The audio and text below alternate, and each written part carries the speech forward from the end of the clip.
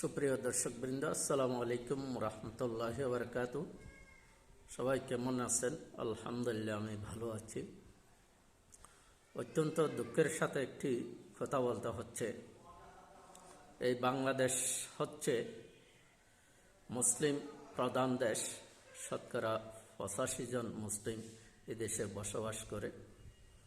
আমরা যারা মুসলমান হিসেবে দাবি করি, আমাদের ছেলে মেয়ে, আমরা আমাদের বাপ দাদা থেকে শুরু করে সবাই ধর্মীয় প্রতিষ্ঠান থেকে শিক্ষিত হয়ে পরে স্কুল, কলেজ, ইউনিভার্সিটিতে লেখাপড়া করে জাতীয় পর্যায়ে অবদান রেখেছে অতীত।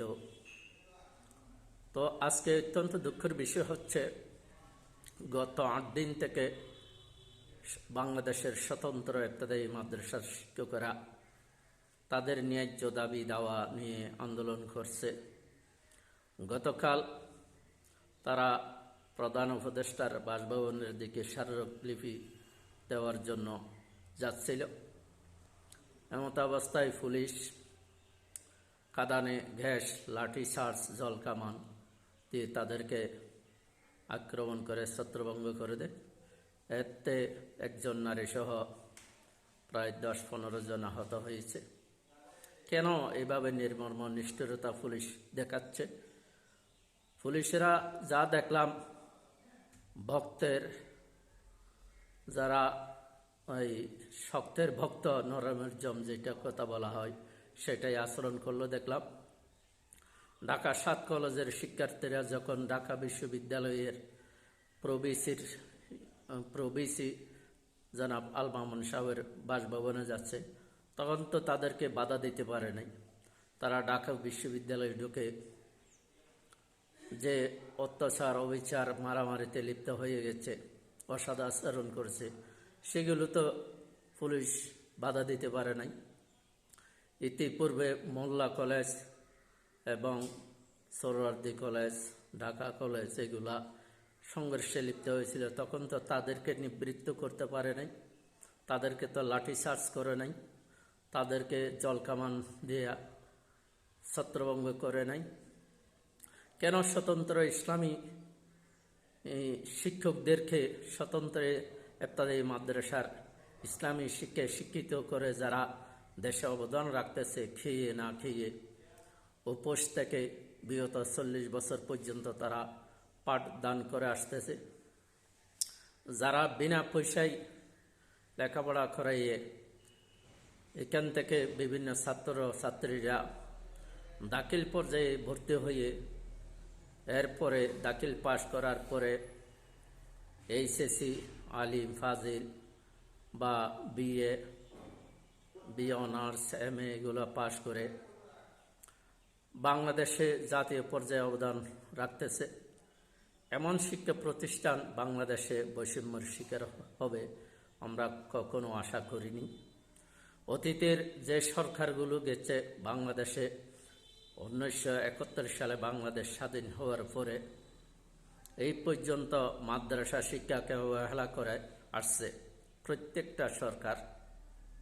আমরা আশা করেছিলাম ইন্টেরিয়র গভর্নমেন্ট সরকার বাংলাদেশে যে স্বতন্ত্র মাদ্রাসাগুলো আছে সেই মাদ্রাসাকে সরকারিকরণ করবে, প্রাইমারি স্কুলের মতো সুযোগ সুবিধা প্রদান করবে, এটাই আশা করেছিলাম।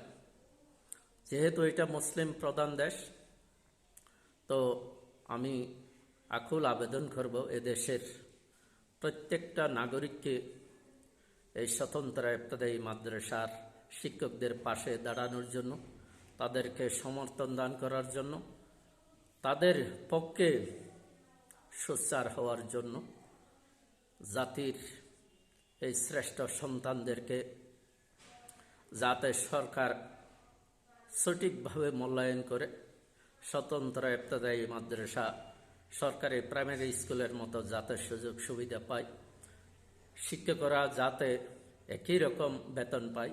এক দেশে 2 ধরনের আইন কেন হবে? যদি সরকার প্রাইমারি স্কুলদেরকে এত ধরনের সুযোগ সুবিধা দেওয়ার পরেও তারা 2য় গ্রেড দাবি করার জন্য আন্দোলন করেছে ঢাকা, তাদেরকে তো লাঠি চার্জ করা হয়নি, তাদেরকে তো খাদানে গ্যাস মারা হয় নাই, সাউন্ড গ্র্যান্ড মারা হয় নাই। কেন এই মাদ্রাসা আর শিক্ষকদেরকে এভাবে মারধর করা হলো, আহত করা হলো? এই পুলিশ বাহিনী তারা যেহেতু সুশৃঙ্খল মাদ্রাসা শিক্ষকগুলো, তাই কি তাদের উপরে আক্রমণ করার জন্য উদ্যত হলো? তারা নরম বলে কি এই প্রভাব বিস্তার করলেন? এই জন্য বলি, শক্তের বক্ষ নরমের জম, এটা হওয়া চলবে না, এটা আমরা মেনে নিতে পারি না। আমরা এই ঘটনার তীব্র নিন্দা জানাচ্ছি এবং বর্তমান সরকারের শিক্ষা উপদেষ্টা মহোদয়ের কাছে আবেদন জানাচ্ছি, বাংলাদেশের স্বতন্ত্র ইবতেদায়ী মাদ্রাসাগুলো অতি দ্রুত সরকারিকরণ করা হোক। আস্তে আস্তে তাদেরকে সরকারি প্রাইমারি স্কুলের মতো সুযোগ সুবিধা দেওয়া হোক। আমি দাবি করতেছি না একেবারে একসাথে সব কিছু হয়ে যাবে, স্টেপ বাই স্টেপ ধারাবাহিকভাবে করা হোক। সরকারেরও কিছু সীমাবদ্ধতা আছে আমরা জানি, কিন্তু এভাবে অবহেলা করা যাবে না, তাদের প্রতি অবিচার করা যাবে না। আসুন আমরা সবাই কাঁধে কাঁধ মিলিয়ে সবাই একই সুরে একই কথা বলি, স্বতন্ত্র ইবতেদায়ী মাদ্রাসা সমূহ সরকারিকরণ করা হোক, তাদের বেতন বৈষম্য দূর করা হোক।